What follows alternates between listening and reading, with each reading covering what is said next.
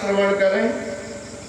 आप ऐसी हमें कोई कथा सुनाएं जिसका अभी तक आपने वेद शास्त्रों में लेखन ना किया हो, अद्भुत हो, परम भक्तमय से ओतप्रोत हो, जो कथा अभी तक किसी ने ना सुना हो। भगवान आप वो कथा हमें सुनाए, ऐसा हम आपसे प्रार्थना कर रहे हैं। नारद जी के तमाम अनुनय विनय करने पर भगवान ब्रह्मा आनंदमय होते हैं। भक्त भाव देख करके भगवान ब्रह्मा अपने पुत्र नारद से कहते हैं, ए पुत्र, आज तुम्हें हम एक अद्भुत कथा का श्रवण कराएंगे जिसको अभी तक हमने ना किसी से कहा है और ना ही किसी ग्रंथ में रचना किया है। साहदेवीदास जी महाराज अपने पावन ग्रंथ, जिसका स्वयं साहदेवीदास जी महाराज सतामी अखाड़ा के वजीर आला और स्वामी जी के सन्निकट हृदय वास करने वाले, स्वामी जी उनके हृदय में और उनके हृदय में स्वामी जी एक एक मिलकर के एक हो गए।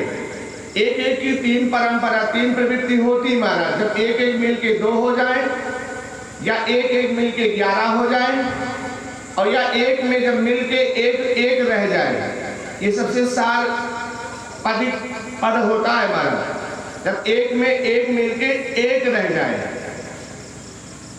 है ना। जब शून्य माँ गयो समाई तब को रचना करत बनाई। इस परमात्मा कहता है, शून्य में जाने के बाद इसी को मोक्ष वेद कहते हैं। ये मोक्ष गति है जिससे हम आए उसी में समाहित हो गए। उदय अस्त दिन मन पहचाना, ऐसा संभव नहीं है, लेकिन जिसने आने का महात्म समझा और जाने की तैयारी किया। उदय अस्त गुरुवाणी कह रही है। स्वामी जी ने कहा शीशा बद्रीनाथ जी में, उदय अस्त जिन मन पहचाना, जिन्होंने उदय हम आए क्यों है, हमारा आने का कारण क्या है, अस्त हमें जाना कब है, क्या करके जाना चाहिए, लक्ष्य निर्धारण हो। स्वामी कह रहे वो सम्मिलन अवश्य करता है, आदि काल को अवश्य प्राप्त करता है। भगवान ब्रह्मा को नारद जी जब प्रार्थना करते हैं ब्रह्मा जी से, भगवान ब्रह्मा से जो उनके आदि पिता मानस पुत्र है नारद जी भगवान ब्रह्मा के, भगवान ब्रह्मा अपने पुत्र को कथा सुना रहे। एक तनय तक्र नाम नगर है। ऐ पुत्र नारद, एक नगर है जिसका नाम है तनय तक्र, और उसके एक राजा है जिनका नाम है स्वरूपधर। हमारा स्वरूपधर की धर्म पत्नी जिनका नाम है महारानी करनील। आगे होता क्या है कथा में स्वामी भाव दे रहे। लक्षण स्वामी जी ने कल ही बताया, परम साधुओं के उनके लक्षण हैं। देवता उस नगर में आया जाया करते हैं। सतधामा उस नगर की उपमा दी गई है। तो सतधामा किसी साधु ने उस नगर को उपमा दिया है तो विलक्षण नगर होगा। साधु किसी को ऐसे उपमा नहीं देता है महात्म। इसलिए भगवान स्वामी कह रहे हैं कि सतमत न्यारा यही संसारी, नहीं अंत को सके विचारी। ऐसा नगर का उसका स्वरूप है, उसका अंत है ही नहीं। जितना भी वर्णन किया जाए वो सब उनके लिए कम है।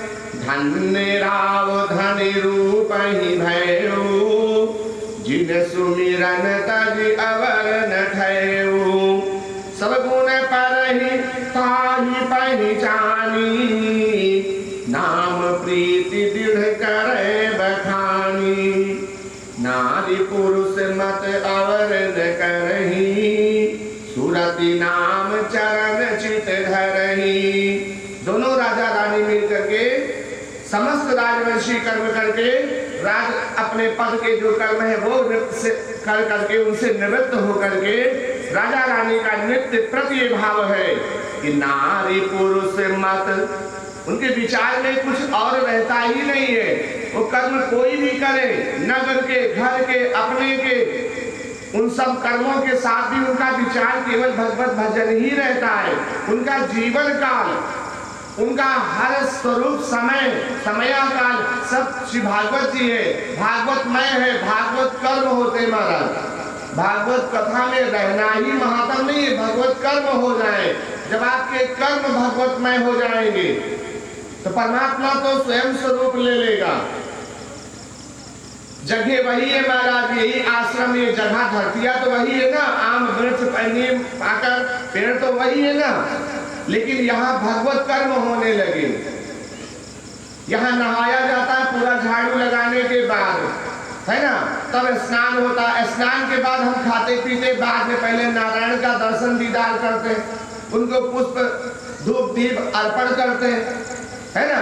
तो ये भगवत कर्म है, वही हम घर में करने लगे महाराज। अपना घर जब सो के उठे तो नहाए कुल्ला, बाद में पहले झाड़ू बहारू, साफ सफाई, घर से बाहर तक बढ़िया निर्मल हो गया। जिसका जहाँ आसन रहना चाहिए, तुलसी कहाँ रहना चाहिए, भगवान के फोटो आसन पूजा स्थल कहाँ होना चाहिए, बड़े बुजुर्गों को कहाँ पे आसन रहना चाहिए, घर के बाल बच्चों का कहाँ रहना चाहिए, माताएं बहनों का कहाँ रहना चाहिए, भाई बंधुओं का कहाँ रहना चाहिए।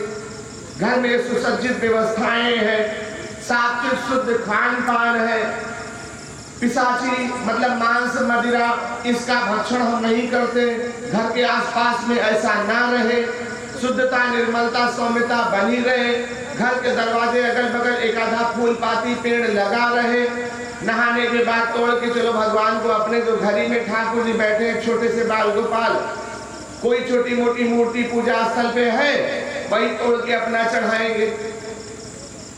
दरवाजे पे एक आधी गौ बंधी रहे महाराज। अपने घर का अग्रासन, पूजा पाठ त्योहार हो तो भोग जो लगाया जाता है ठाकुर जी को, या निकाल के बाहर, तो उसको दूसरे की गौ को नहीं खिलाना चाहिए। उसको बता दो कि तो वहीं से कर लो, ये कहा लो, यो हटते कि नहीं बताओ, है ना, यो नहीं नियम है। हाँ माता जी यही से है ना, शब्दों में शालीनता हो, पद की गरिमा होती ना, ये कहने का था। तो ये बताइए, ठीक है। तो हमारा भगवत स्वरूप हो जाए, हमारा भगवत जीवन हो जाए।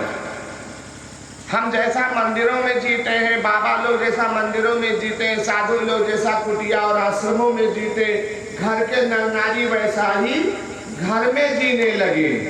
बस इसको भगवत जीवन कहा जाता है कि वाह, अब कोई देवी देवता ऊपर से जा रहा है, कोई साधु संत नीचे धरती से जा रहा है, सड़क सड़क उसको दिखेगा तो वो कहेगा कोई सज्जन पुरुष का दरवाजा है, कोई अच्छे लोगों का दरवाजा। देखो सब साफ सुथरा है, बढ़िया फूल पत्ती भी लगा है, लोग चमक धमक से रहते हैं, सब शांति में, चिल्ल गुहार नहीं हो रहा है ना। तो कहने का तात्पर्य बस यही भगवत जीवन है महाराज। कहूँ से बोलो, थोड़ा मिठास से बोलो, बिना मतलब के लड़ाई झगड़े से कोई मतलब ना है महाराज, है ना। पता नहीं कब की के बुलवा हो जाए, क्या पता है कोई पता। तो इसलिए जब तक धरती पर रहो, बैल बन के ना रहा जाए महाराज, है ना। शेर बने तो बिल्कुल ही जरूरत ना है। हाँ शेर बनो, शेर जंगल का राजा है, जब जंगल को कोई विध्वंस करता है तो शेर फिर निकलता है अपनी म्यांद से। तो शेर बनो कब, जब तुम्हारे नगर को कोई दूषित करे, तुम्हारे नगर में कोई गंदे काम करना शुरू करे, तब शेर बन जाओ। सब जने घेर कोई का घेरो, चाहे गाँव में कोई हो, तब नो इसे, चाहे बड़े आदमी का है न हो। अगर 10 लोग समूह बना के पूछे क्या होगा भैया, का गांव का एकदम मिटा दे भैया हो, जो गलत काम महाराज, समझो बाबा।